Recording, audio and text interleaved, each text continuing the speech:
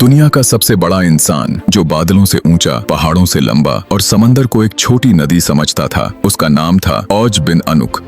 कहते हैं कि वो हजरत आदम अलैहिस्सलाम के कुछ समय बाद पैदा हुआ था। उसकी माँ का नाम अनूक था, जो काबिल की औलाद में से थी। वही काबिल जिसने अपने भाई हाबिल को मार डाला था। औज इतना ऊंचा था कि वो आसमान को हाथ से छू सकता था और समंदर में खड़ा होकर मछलियां पकड़ता था जैसे वो झील में हो। जब हजरत नूह अलैहिस्सलाम को अल्लाह ने कश्ती बनाने का हुक्म दिया तो कुछ कहानियों में आता है कि औज ने भारी सागवान की लकड़ियां लाकर दी और शायद इसी वजह से उस पर अल्लाह का अजाब नहीं आया। कहा जाता है कि जब बड़ा तूफान आया तो वो जमीन पर खड़ा रहा। पानी सिर्फ उसकी टांगों तक पहुंचा। वो कश्ती में नहीं बैठा लेकिन डूबा भी नहीं। वक्त बीतता गया, औज जिंदा रहा, यहाँ तक कि वो हजरत मूसा अलैहिस्सलाम के दौर तक पहुंच गया।